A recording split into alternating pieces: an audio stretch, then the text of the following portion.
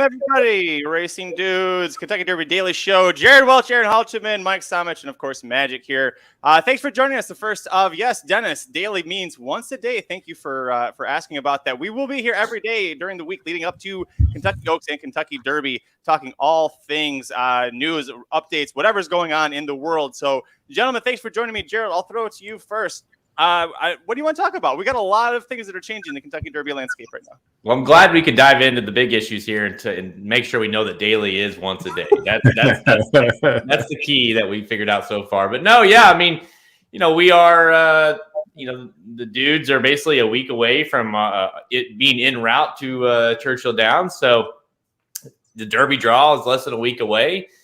And the news keeps popping off, so we just we thought let's just hop on and start doing these daily shows and we're gonna kind of keep it open, if you guys have comments, questions, obviously news that it's breaking, we're gonna bring that up here, talk about horses we like, horses we don't like, and just kind of the build up to the draw on Monday, and then once that happens, all the bullshits aside, we are handicapping, getting our tickets together. I mean, that's when the serious shit really gets going.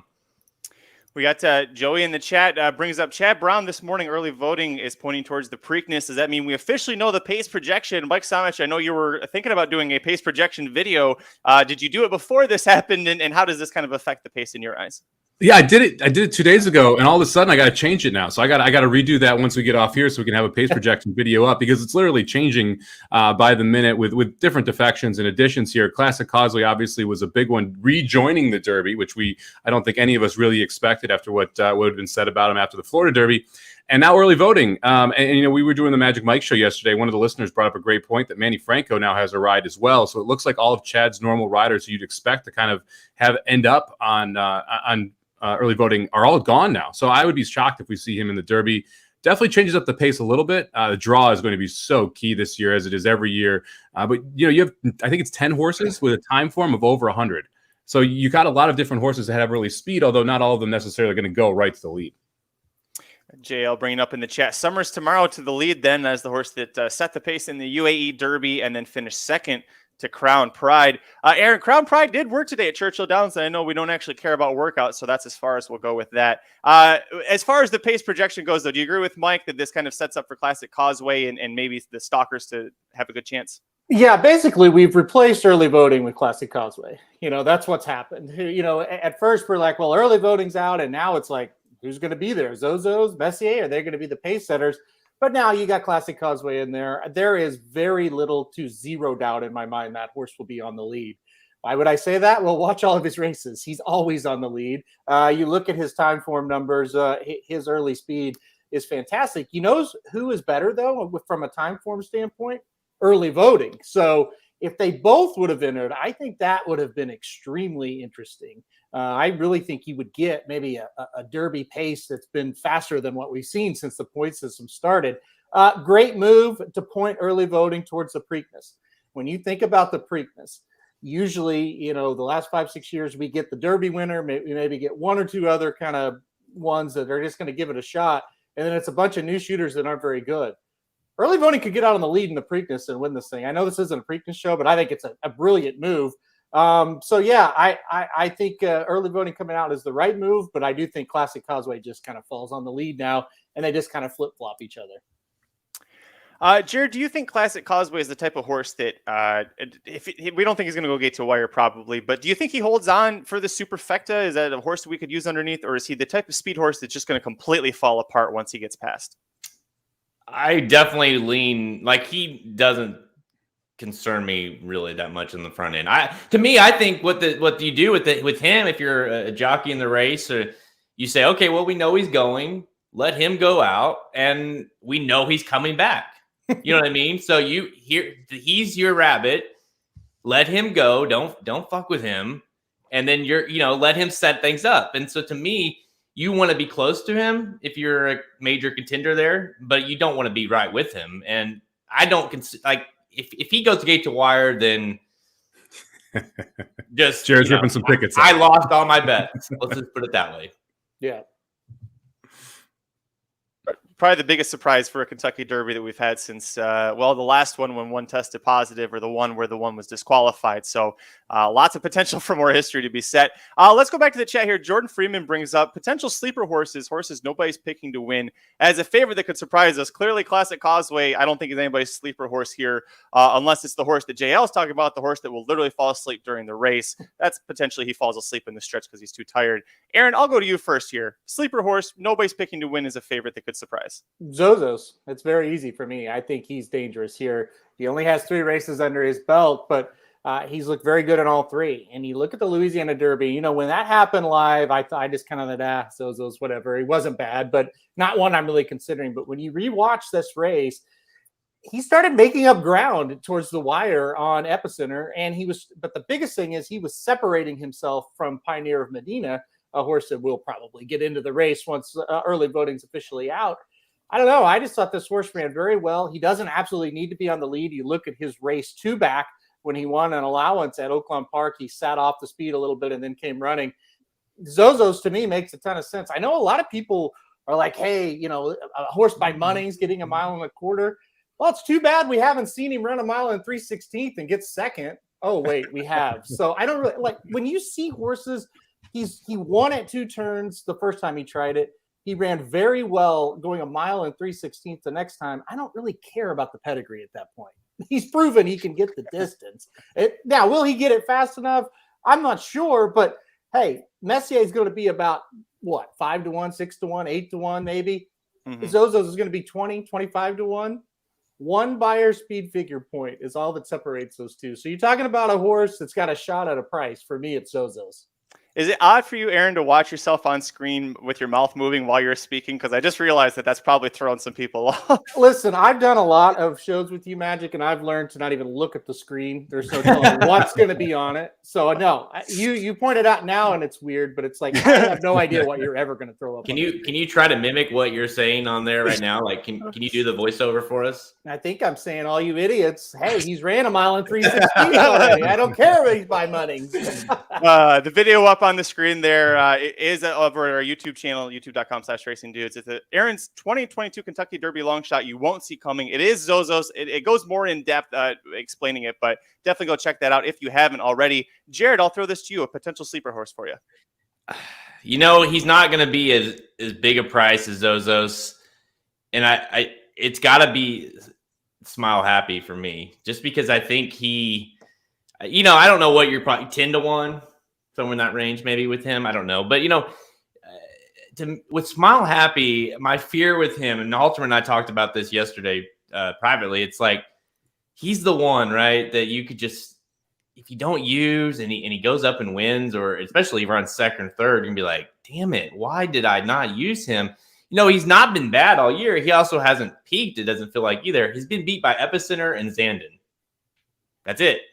2 horses that are going to be like your top 2 choices of the race. And they weren't like close necessarily, but they weren't blowout losses either, though, especially the debut. You can make some cases that he should have been a lot closer to Epicenter in the Risen Star. I don't know. Like, it just has that fit. He has a feeling to me that if you don't use him, you could be regretting it at the end of the day.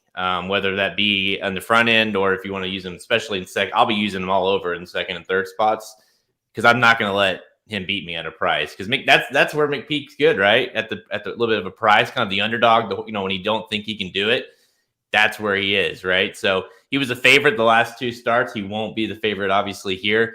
So Smile Happy for me is one that kind of keeps growing with me a little bit. That I'm like, yeah, I know that we've kind of been against him in those races, but wouldn't this be the perfect opportunity where he finally shoots up and wins or runs really well? And you're just like, all year I thought he'd break through, and now is when he does it. So I'll be using Smile Happy.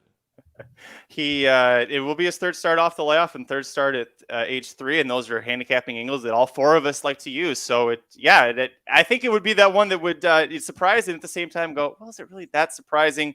I guess a little bit. I think it was surprising to Dennis that Jared just said his sleeper horse is a McPecker trainee. Interesting. Mike, I haven't gone to you yet. A sleeper horse for you that nobody's talking about. Yeah, I mean, if we're talking about winning the race, there isn't one. I mean, this is, to me, I think this is going to be a very top-heavy Derby. I don't think you can really get by. I'll take Epicenter. I'll take Taiba. I'll take Messier, and you can have the field. And I think it's really that simple on top. I'm going to have to figure out if I'm going to try and go shorter in multi-race bets, but I don't think there is a sleeper horse that can win the race. If I'm talking about underneath, I like Smile Happy as well. Like Jared said, I think that he's only been beaten by Zandon, only been beaten by Epicenter, was just 2 lengths behind or 3 lengths behind Zandon last time we saw him at Keeneland. If we can take any type of step forward, you got to respect the horse. I think Zandon's another one where if you want to say that's the 4th horse that could win, I'd be okay with that. But after those 4, I got no faith in anybody else at a big number being able to roll home. So I think you kind of have to decide where you want to put your money down and see if you can go short in the Derby if you're playing multi-race bets to give yourself a massive edge in the rest of the races. That's a great point, Mike. I think that Aaron and Jared, you guys covered the 2 that I maybe would have brought up. But beyond that, I think everybody talks about a lot of the ones that are interesting. Let me see if I can find it. Oh, Dennis, I'll go off of this a little bit. Dennis says he wants to wait to hear the local news in the morning. Dennis is a Louisville guy. That's where he spots the wise guy over bet horse. So off of this, Aaron, who do you think is going to be that classic wise guy over bet horse that you want nothing to do with? Well, okay, the last sentence kind of threw me off, but the wise guy, no doubt. Honestly, I won't have him on a ticket. And if you want to talk a horse I'm scared about, it's Charge It. 1,000% the wise guy horse is going to be Charge It. Here's why. When you see him, you're going to go, holy hell, this is a beautiful, beautiful horse. He looks the part. He ran erratically, but boy, did he run big in the Florida Derby. It's going to be Charge It. He is going to get hyped. You can always tell the people that work in the national media that just watch races at their own track and nowhere else. I've seen 3 or 4 DRF guys, or like one based in Louisiana, one that's based in California, and they saw Charge It on the track galloping in the morning show that Churchill Downs does yesterday, and they're like, oh my God, look at this horse. It's like, yeah, we've seen him a few times. We did a video on him. We know, we were watching the Florida Derby when they were showing the post or the pre-race. We're like, holy shit, look at this horse. He's the one that's going to turn all the heads. Trust me on that. He's going to become the wise guy horse. It's just a matter of, can he iron out some of his problems? And quite frankly, can he improve from a speed figure standpoint in the Kentucky Derby? Because he's going to have to. That's the big thing. But he is absolutely going to impress everybody that watches him over the next, 10 days. JL brings up that's his sleeper pick. Horse is crazy raw, very capable of laying down and falling asleep on the backstretch. Listen, I think the horse has got a lot of potential. I think people like us were thinking maybe a Belmont. We're projecting he needs another start here, maybe iron out some of that greenness. Jared, what about you? Is Charge It a horse for you that you're worried about it all, or that you think is going to be the wise guy over bet horse? Oh, yeah, for sure. Because even like you watch him and you look at him, and he just is amazing to look at. He really is. He looks like a freak, and I agree. Like Christopher, like that was not an impressive end of that race at all. Look at it. He's all over the place. And I know that kind of probably helped Samich kind of go away a little bit from Wide Barrio, because you start to look at that Florida circuit a little bit and you're like, yeah, that was pretty slow when they came home, and he still couldn't get by, plus the greenness, but he does have the pletcher. He does have, I've been saying this all along, and I still stand by it. I feel like I know how the story is going to go. Like, he's going to run semi like this in the Derby, where he's going to run like, going to show some signs of like, oh, Belmont, that's the Belmont horse. That's what you're going to see. So I don't really expect him to run poorly, because I do think he's got a ton of talent. I just think there's way too, like Halterman said, he's going to have to increase his buyers. He's going to have to do things all for the first time in the Kentucky Derby. And now I get it. I did a video both on Taiba and on why Charge It couldn't win. And I get like just some comparisons there, like similar, like very lightly raced and, doing the things for the first time. But when you watch Charge It's Florida Derby and Taiba's Santa Anita Derby, they don't look anything alike. One looks like he was making his 10th start, and one looked like he was making his first start. And that, to me, is the biggest difference. You just watch them run.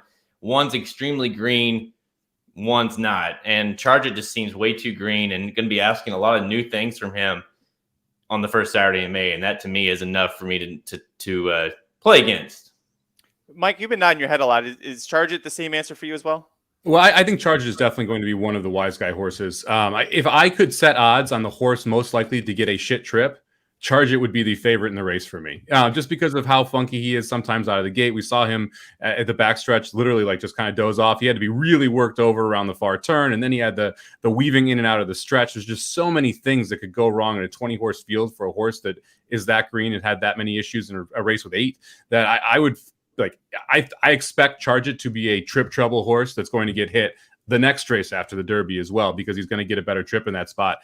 I think Crown Pride is going to be the most overbet horse in the second, third, and fourth spots in the exotics. We've already started to see people talk about Crown Pride and how awesome this horse is looking on the track, and how Japan is dominating everywhere because of what happened over in the Middle East this year and what happened at the Breeders' Cup last year. 50-1 on the future board in Derby Pool 5, bet down to 24-1 to win the race.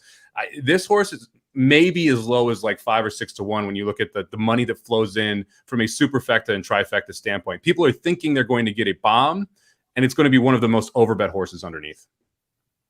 He is a very intriguing horse because, again, you've got the Japanese connections, the success that they're having. There's a good chance that Japan could send a different horse over, maybe for the turf. And especially if you see Japan win or get second or third in one of those big races on the undercard, this horse is going to get just absolutely hammered. Yeah, I agree with you, Mike. I think that Crown Pride is the answer for this one. But some interesting ones I see. Pioneer of Medina, Curtis Manlow brings up, is making a strong case for the wise guy horse. Mm-hmm.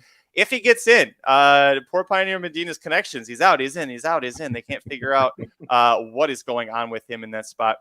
Let me see. Let's find someone else in the chat. Mattress Mac is betting Smile Happy down to 6-1 on race day. What do you guys think? Quick answer. Smile Happy, what are the odds that he goes off at? Aaron. Ooh, yeah, I'd say it's sub 10-1. I'll go 8-1 just to be different from Curtis there. Jared? Yeah, I was hoping 10-1, but that might, with Mattress Mac money, that's probably not doable. That's the thing about him is, like, do you use him? But his price is not. That's where the 10-1 range is kind of where I feel like there's that value. I'm not, to be very clear, I have no interest in using Smile Happy in the top spot. If he beats me, he beats me. But second, third spots, fourth spots, I'll be using. I'm a lot like Samich in that regard, that I think it's like, I don't know that you have to overthink it too much this year in terms of the top spot. There's those 3 horses. I'm on the same 3. And then underneath, I think you can get creative. So, I think Smile Happy is probably 8-1, 7-1, that range. Mike, what about you? I think you're going to get like 12-1 on race day. Right now, internationally, you're closer to 18-1 or so. I think we saw 10-1 in the last Kentucky Derby future pool. So it's slowly faded up. And you have so many horses that I think are going to take money. I think Smile Happy is going to take a little less of it. And I'm not as concerned about the Mattress Mac money that's going to come in here, because for him to really, like, one thing he loved was that he was the favorite in Kentucky Derby pool number 1. And you hear it in the breeding advertisements on TVG. He's not going to be the favorite in the Derby no matter how much money Mattress Mac specs on him. So because of that, I don't know if you're going to see a huge influx of cash. Look, if he does go down to 6-1 or 7-1, one thing that I'd be looking at is what percentage of the place and show pool is he taking up? Because if he's taking up a significantly smaller percentage of the place and show pool, that probably means he's also going to be a bigger odds horse in the tries and the supers as well. And so again, he kind of leans toward an underneath value, but not any value on top. So it'll be interesting to see what he goes off at. But I'm guessing you're going to get 12-1 if you like Smile Happy. Yeah, the Kentucky Derby is the one race where there's so much public money that comes in, and where you don't get it for any other day, that it's kind of hard to really see even someone like Mattress Mac significantly move the pools. If he wants to keep trying it, by all means, go for it. Derek brings up, this is always kind of a fun question that we joke about off air. Who do you think is going to finish last in this race, Aaron? Summer is Tomorrow would be my pick on that one. I mean, he's the second UAE Derby horse in the race. The first UAE Derby horse never runs well. I can't imagine the second one's going to run very well. I thought that was a pretty bad race. He wasn't anywhere close to winning it. I just don't see any way Summer is Tomorrow runs better than 17th. That's a great pick, Jared. That's probably as good an answer. Happy Jack, I guess I'll throw him in there. Good one, Vinny, yeah. He should probably. I mean, there's no way that horse should be anywhere close in this race. So if it's not the second place, it's UAE Derby winner or UAE Derby race. It's Happy Jack for me. Mike?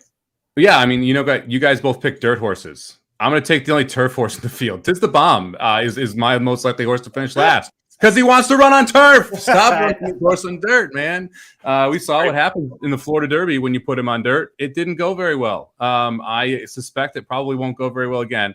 He may not run last, but look, man, he's running up the track. If you're talking 17th or worse, that's a horse that I think will do it at a much shorter number than either of the two that you mentioned it. Let me jump in on that. He would be my other wise guy horse because there are people talking about him. It's unbelievable. And I think what's going to happen is he'll trick you because, he does look like a good horse in the morning because he is a good horse on the turf, like Samit just pointed out. Plus, you're going to have a lot of people betting this horse because you look at his form, you say, well, he won the last 2 races. And I mean, look at this one. He's been running in grade 1s and graded stakes races. And this guy's pretty good. And he's going to be overbet, all things considered. Yeah, if you're knocking the Florida circuit and your one chance to see him on dirt in his 3-year-old season is a terrible Florida circuit effort, that doesn't bode very well. No, it doesn't. I agree with my boy Curtis. Summers tomorrow and Classic Causeway are going to fade as soon as they hit the last turn. It's going to make it interesting because you're going to see some stumble bunnies get hit real hard going into that final turn and your trip and where you're at. I mean, Epicenter, Taba, Messier, any horse, Zandon, horses that you think are going to be stalking or need that clean trip. You cannot be stuck inside behind these spots. And hey, there you go. Mr. Tux agrees with you too. Tis the Bomb. Wise guy overbet. A lot of people are going to like that horse. How many defections do you guys think we have between now? Dennis sets it at 2.5. I'm hoping it's under 2.5, but we're a week and a half out still, Aaron? Yeah. Are we counting early voting? I would say yes right now. Okay. Well, that's one. I'm not naming names. I'll go over. I think I'll go over that number. Jared? It's probably over, unfortunately. Mike?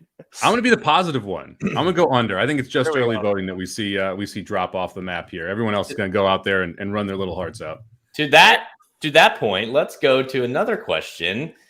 Don't want to. No, I mean just randomly pick one here. Taba's only ran. John says Taba's only ran in 6-horse fields with no difficulty. I like Charge It way better than Taba. I'm fading Taba. Now, there's obviously a little bit more we can get into with the Taba situation. But thoughts first on just that analysis. It's an opinion. Not one I agree with, but it's an opinion. No. I mean, I understand where you're coming from here, but I would say, Charge It's not running huge fields either, and looked a lot greener when he's running. I think that just the difference between Charge It and Taba for me is one of the main reasons I would lean toward Taba. It's also look, Taba in his second start beat Messier, who I think a lot of us here agree is a top 3 horse in this class, period, game over. So if you're looking at it that direction too, who was in those 6-horse fields is significantly more impressive than who Charge It is finished in front of. Perfectly put. Yeah. I don't the whole and and I've looked into this and obviously done a lot of with my videos with Taba, being like the lead spokesman for the camp. You can't go off of the small horse fields and what it means for the Derby. We've talked about this over and over. It's proven as we go on, as we get further down the Kentucky Derby road, and of course, as the point system has continued to develop, you're seeing less and less. The number goes down further and further for the average amount of starts for a Derby winner.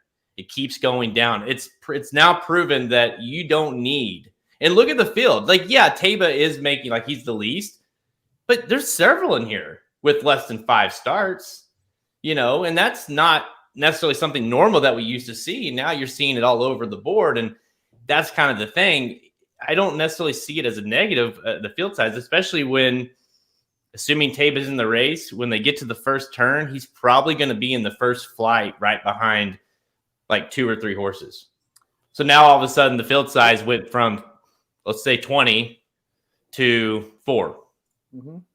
And guess what? That you can handle that. So I don't know. To me, if he's a dead closer, And obviously that's a whole other issue. But if he's a dead closer, then there's a lot of other issues you can go into as far as field size and traffic and all these things. But he's not. He's one of the fastest horses in the race. He's one of the fastest horses late in the race. I don't necessarily see it unless he doesn't break or some issue there, which can happen to any of them. I don't see a way that he's not in that first flight of horses. The bottom line is there's substantial evidence that field sizes mean nothing when it comes to this race. Over and over and over and over and over and over, they've meant nothing. If there was evidence the other way, I would go for that. But there's no evidence of that. It hasn't made any difference. You know, the horses based in California have done fine after facing small fields. What I don't get is I don't know. Maybe it's because we've been doing we are so I don't understand how if you want to say if you're against him, you're against him. I don't know how you watch Taba race and think he's not going to hit the board or if he shows up. I don't. What is it? Unless you think he's injured, unless you think he's not going to be in the race, whatever. But I just don't see how you look at that horse and are against him. That's kind of that's why no matter what, if he's in the race, and I guess we can kind of pivot to that. If he's in the race, to me, he's a must use. He has to be because he's the most talented horse in the race, and I'll stand by that no matter what happens. But it's April 27th. It's Wednesday. In the next 3 days, I think we'll know if he's in the race or not, right? Because they're supposed to, he missed the work or whatever it was. He was supposed to work last weekend, did not. Well, he's supposed to work this week. Thursday, Friday, Saturday, somewhere in there. If you don't see Taba work, and if it's not an impressive work and doesn't look like then he probably won't be in the race, I would guess. Well, that really is, to me, the key here. It's what are we going to get a crank Taba? Is he going to be fully ready to go for this race? And why do we miss the workout? We don't really know. We don't have a bunch of background on what's going on there. One workout in between the San Diego Derby and the Kentucky Derby is obviously something that you don't love, but it's not like the horse hasn't been on the track. He's been out galloping. He's been running around. So it's not like he's sitting in his stall with an injury that we know of. It's just hasn't had a recorded work. So to me, that's the bigger concern. If I'm worried about Taba, is the lack of work between the San Diego Derby and the Kentucky Derby versus the fact that he's faced small fields and it's a horse coming from California. I mean, to me, that's an argument you can make if you just want to make an argument. Absolutely. That's the key right there. If your argument is, I don't like this one work, hey, I don't either. Not one bit. And, I think he certainly, I see a lot of people going, he's going to finish off the board. He could definitely do that based on the evidence that we've got. But the other part of it is if he shows up and runs his best race, I don't think there's much debate who's going to win. I think Nick brings up a really great point. If Baffert was training Taba, it'd be 9 to 5. Baffert with one work into the Derby, would you feel? I guess that's a good follow-up question. Is if this was Baffert doing this one work into the Derby, are we going? Well, that's interesting, but it's Baffert. I mean, it is Baffert, kind of right? running the show still, right? So, I don't think people that follow it, like maybe people that are showing up on Derby Day and hey, I go to the Derby every year, and there's no Baffert. Weird. But I think people that are following this game in and out, they just read Yakteen as Baffert. I know I do. And Vinny says it there, and I think it's scary and crazy that sounds. He's probably right. Like if there's a horse in this crop that you feel like is talented enough to win the Triple Crown, it'd be Taba. Is there a horse that could not even run the race? That's the most likely to maybe not enter the race. It might be Taba. So he's an enigma. It's been a wild kind of ride. And Halterman, we were at the Bluegrass. As you guys, we were watching the courses Andon and stuff like that. But then we watched the San Diego Derby, and it's all we talked about after that. And the moment he won, of course, we were celebrating. I was, and Halterman's like, he's a problem. He's going to be a problem for the next 4 weeks. And gosh, I mean, you could have nailed it better because while at first it seemed like not necessarily a problem, like, okay, it's an easy pick. Like you've got to use Taba. Now it's like, well, shit. Now what do I do with him? JL brings up, I hope Taba draws 17. If he's going to get it done, break all the glass ceilings at once. 17 post famously is the only one that's never produced a Derby winner, right? And Correct. on that note, Dr. Miranda says if Taba gets post 17, that's the only reason she wouldn't use him. Vinny says he'd take Taba from 17 over the rail. I think that's definitely true. You don't want any horse breaking from that rail. Where the hell did it just go? David Barista says, is Yak Team Baffert without the roids? I say Yak Team is Baffert without the price tag. That's what that is. You're not necessarily paying, you're going to get 4-1 on Taba instead of 9-5 in that situation. Look at this. I wanted to show people this. This is a tweet from Matt Bernier the other day that I retweeted, but it's obviously there's a lot of interesting factors at play here. But when you look at, this was a very interesting look at date back to 2012 when the horses had at least 2 consecutive 100+ buyer speed figures entering the Derby. This is where they finished. So Maximum Security won. Of course, he got DQ'd. Justify won. Pharaoh won. Firing Line second, same year. Dortmund same year, third. Those horses all are in 1, 2, 3. Materiality, there's your odd one out. The 6th place horse. Chrome won, and Bodemeister ran a huge race and got beat by I'll Have Another. All those horses, most of them are Baffert, and all of them that won are California horses. So I get that. And by the way, look at the average. That's he's right there with Maximum Security, over Maximum Security actually. So I don't know. He's not justified, but at the same time, it's definitely an interesting statistic when you look back at these kind of speed. What that tells me is speed is speed. Talent is talent, and where are we seeing speed and talent coming from lately? California. Well, and Jared brought up a point. He's not justified. I think we should definitely all make sure we stress that. Aaron, do you want to jump into a little what you looked up yesterday when we were all talking and Aaron was looking up Justify versus Tabo, just because I want to make sure the hype doesn't go a little too far here when we compare him to Justify. Yeah, so Timeform US, obviously, that's the big thing that I use for handicapping. And I was kind of looking, you can go back and look at old derbies and stuff, how they look before the race, like the 2018 Kentucky Derby. I was like, okay, let's analyze all these horses before that race. Justify was a massive standout. Like there wasn't a horse close, right? And the one that was closest was Bolt d'Oro, who he had just defeated easily. You look at this year's Taba, it's close. He's not a massive standout. You got Messier that is very close to him. Epicenter's close to him. Zandon's close to him.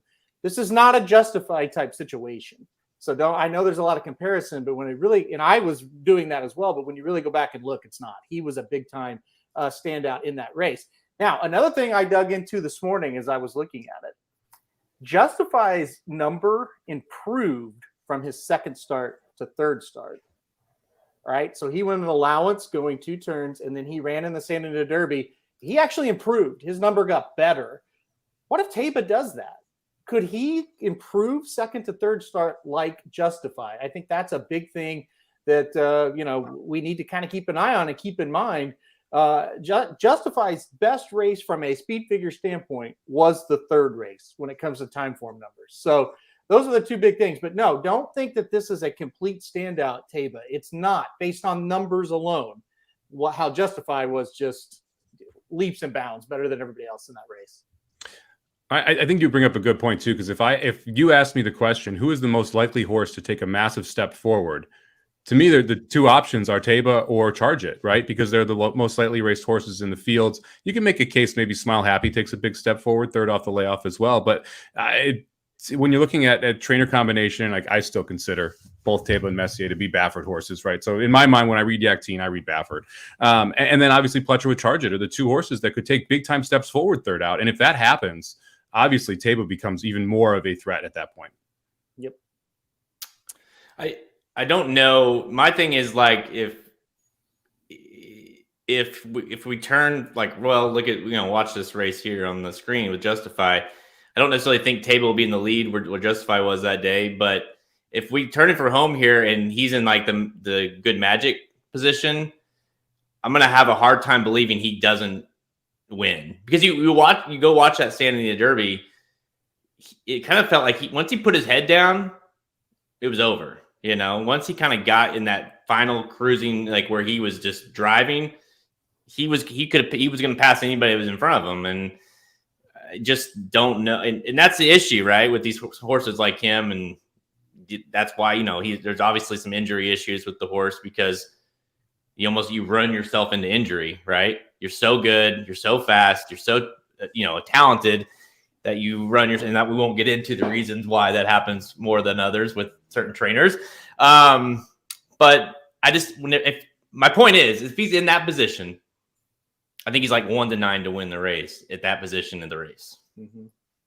I don't see him like spinning his wheels if he's in that position of that race. Yep.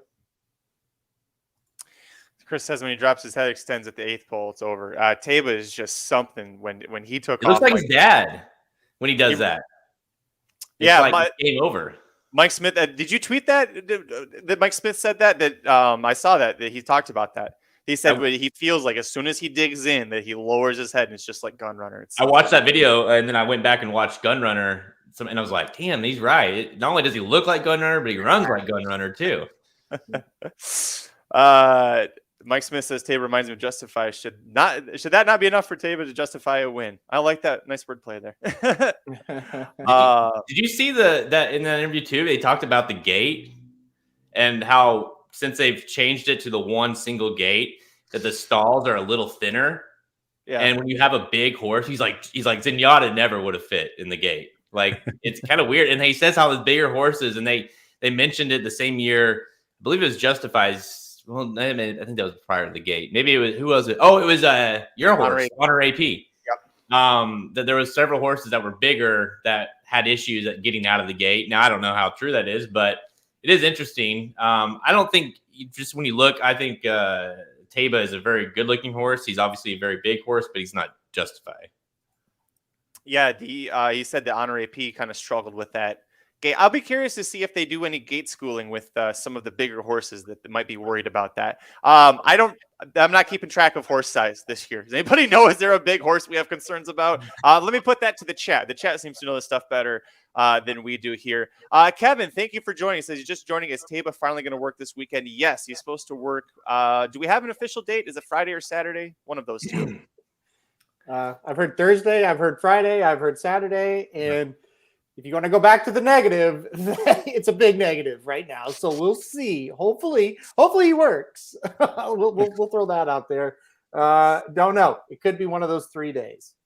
He never liked to focus on works, really. I don't, but you'll be watching this work. You have to, because it's going to tell you a lot.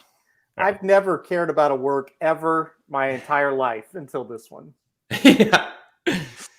Yeah, you're not like you don't really care about. I mean, yeah, you care about the time, but you're more looking at what he looks like. How's he look? Is he running with energy? Is he finishing out with energy? You know, like is he hobbling back after he's done? I mean, there's and at a certain point with a horse like this, and with the horse or a race like the Derby, you have to just make those stands, right? So whatever it is, you're like, okay, I can't use him, or he looks fine to me. If he's in the race, that's the pick. It's truly a unique situation this year that I've never been in.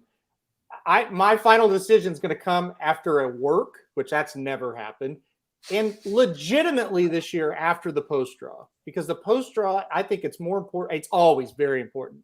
I think this year it's more important than ever. I've never went into a Monday, and I always say when I'm on the Monday show when we're watching, it's like, oh, I'm going to make the decision after the post-draw. Bullshit. You know who you're going to pick before that draw comes out. This year, I truly do not know. I really don't. Yeah, do you know something? Do I know something? Text me, Vinny. I'll tell you.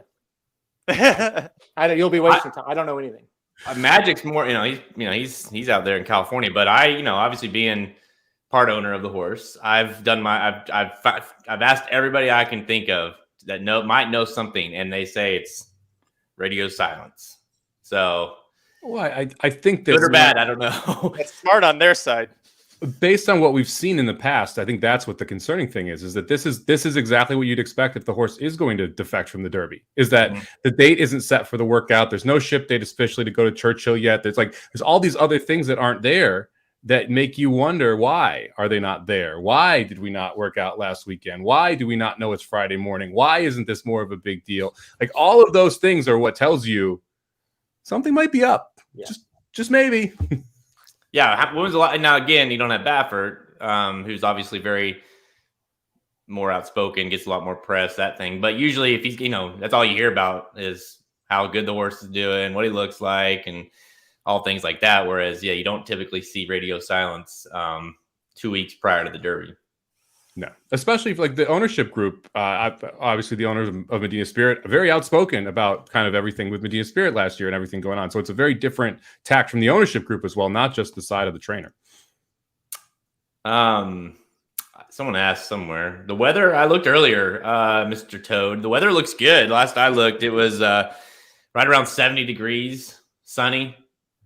Yeah. I mean, I think there's a chance of rain on Thursday, maybe Friday AM. So we'll see what that kind of plays out. But so far, what it looks like, it won't be an issue. We had someone ask on the Magic Mike show, what horses would you say would take a step forward if it does rain, if it is sloppy?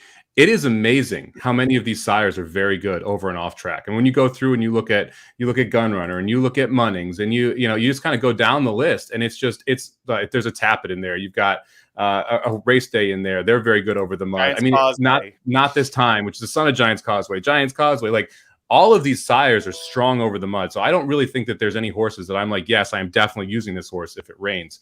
Just because the in the U.S. specifically, all the really top tier sires, Uncle Mo, all these guys, all very good on off tracks. Yep. Munnings in the mud. Can't go wrong. Zozos, look out. So I said on the Magic Mike show, if they were holding the Derby at Oaklawn and it rains, put all your money on Zozos. He's gonna freaking. I'm doing if it rains, I'm doing a $1,000 exacta box with Barber Road and Tisbomb. That's what I'm doing. So I'll book it for you. Unoho did run well. What was that? The Rebel Stakes. His motto wasn't motto. Let me see. Zozo's the pedigree for Zozo's, it screams mud. Maybe not. Listen, the problem with saying not 10 furlongs is that a lot of these horses don't want to go 10 furlongs. And if you're ahead of the other ones that don't want to go 10 furlongs, you're going to still finish ahead of them. If we'd seen him run a race at 1 mile and 3/16 where he was separating from the third place horse and gaining on the winner, then we could put that to bed. But that winner wasn't any good, right, Aaron? Yeah, right. True. Yeah. Just the favorite in the Derby. Right. Listen. Yeah. Rule number 1 about the Magic Mike show: we don't talk about Zozos. Other people don't talk about Bruno. We don't talk about Zozos. So hey, yes. If you like Zozos, then you have to like Pioneer Medina. Sure. No, you. Me? Yeah. No, I don't like Pioneer Medina. So what's the difference? He beat him and he pulled away from him by 2.5 lengths in the Louisiana Derby. But Pioneer Medina's been right there with Epicenter. He's been running in with him. He's been beaten by open links both times he's faced. Well, Zozos was too. What's that? Zozos was too. He was been beaten by half the links Pioneer Medina got beat by. I think you guys are wildly overrating Zozos. I'll just put it that way. Well, you talk about a horse that's going to be 20-1 that has a shot to hit the board. I don't know who else you're going to pick other than him. Tell me a better 20 to 25-1 shot. That's where you're at. You're trying to get a horse to finish third. That's not one of those 4 that I think we all talk about. So real quick, we haven't talked about White Barrio very much. And it seems like no one is talking about White Barrio very much. We're 42 minutes in. I think I'm the first one to say his name. What do you guys think this horse is going to go off at? Is this going to be the horse that gets completely forgotten here? I mean, do you have a shot at 15-1 on White Barrio to throw underneath in a lot of these? Is there any interest in there for you on White Barrio? To be fair, if he floats up, then he all of a sudden might become that candidate, right? Where it's like, okay, we got to put somebody in here that's not 10-1 or less. He could be that one, yeah. Because who's everybody talking about out of the Florida Derby? Charge it. This horse beat him. The horse has lost once in 5 starts. Yeah. Just saying. No, I agree. I think he's got a good shot to get that third spot. It's just I don't want to bet him at 8-1, but if he's 15 or 20, he's there.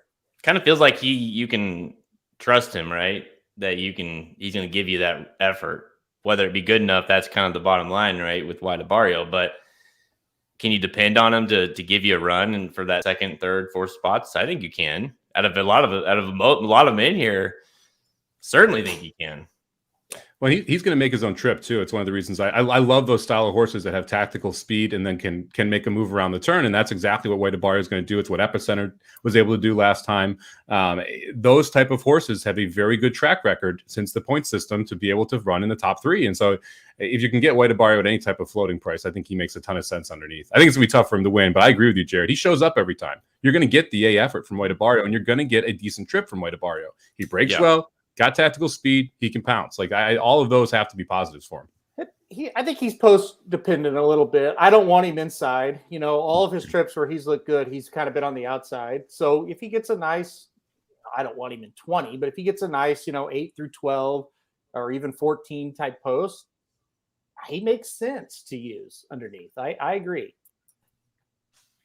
This is an interesting point that Joy brings up, and I noticed each time I watched the Florida Derby that Charge was running down Waidabario, not for his weaving. Maybe he beats him, especially with another furlong. I did notice that Charge it seemed like he kind of wanted to dive inside Waidabario at about the 16th pole, and Waidabario drifted a little bit and made that so it couldn't happen. And at that point, when Charge it got a little funky. So I think using both Florida Derby horses underneath the top 2 finishers, I think that's a great spot. But as far as winning goes, yeah, we're just not too high on it. Shoddy brings up the race day exacta. You could have Waidabario and Barber Road, who we haven't brought up, but Shoddy and Ravage Grapefruit. You two have been you're having your own conversation on Barber Road in the chat. It can honestly be its own show. It's been fun to watch over here on our side of things. Barber Road. Is Barber Road hitting the board, boys? Let's just do that. Hitting the board, yes or no? Oh man, well I'm gonna take that and I'm gonna give it right to Halterman to let him answer that question, because he is, if you listened to Blinkers Off last week, he had the fans crazy over his Barber Road hate. And so I don't know if he's still on the fence with this horse. Maybe he likes the horse. I don't know. Let's give it to Halterman. Yeah, you put me in the whole thing. No, he's not. How about that? I just don't get it. I don't get how you could think that. I get why people think it. He's closed and run well. You can make an excuse for those closers, right? Every time, like, boy, if you just did this, if it was just that, if he broke cleaner, if it was this, if it was that. And it's like, yeah, after a while, those ifs don't add up to anything. If he wasn't running in Arkansas. Let's add that one to the board. If he's hitting the board in the Risen Star down at Louisiana, maybe not Santa Anita, because those horses outside the top 2 are awful. If he's right there with Charge It and Simplification and Waidabario, he could not win some of the worst preps, maybe ever, in Arkansas. And that's the other thing, he wasn't even close. I get it. It's like he looks just like looking at Lee. Yeah, he was getting beat by like Classic Empire. I mean, he was running against decent horses that year. This is crazy. I mean, would you take Barber Road in the Oaks? No. No. Absolutely. That's what I thought the answer was. I don't think he could hit the board in the Oaks. How about that? I love it. Just stir it up, baby. How could he? Do you think he could beat Kathleen O? No. No, neither. Secret Oath? No. Who? Echo Zulu. He beat Secret Oath last time, which is kind of why I'm off Secret Oath in the Oaks.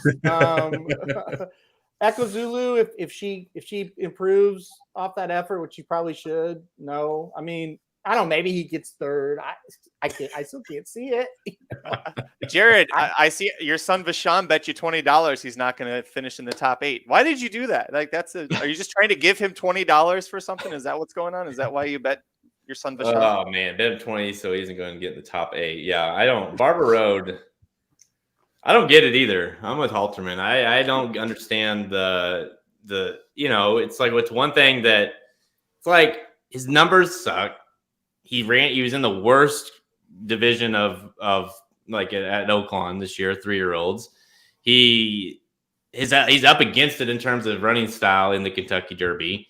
Like what world? I mean, because I'm like, I think it's a very top heavy race, and I just maybe he gets up for like 4th, if at best. I think that's his best case scenario. Like, and he's like a mile back, but no.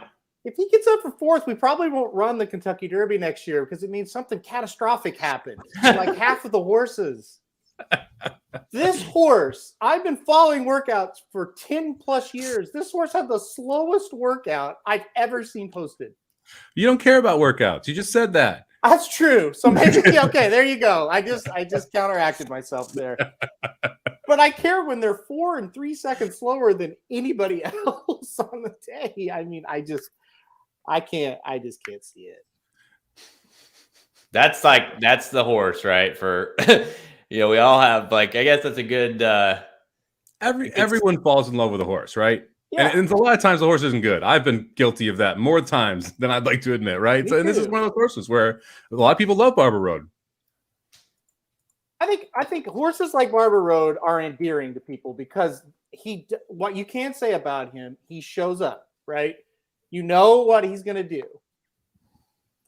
But he's also, I mean, yeah, he may show up and do exactly what he did in the Arkansas Derby, the Rebel in the Southwest, and get 15th. That's what everything says that I look at. We have a shot. So I don't know. Ravage Grapefruit says he worked out slow for a reason. Johnny Ortiz said that.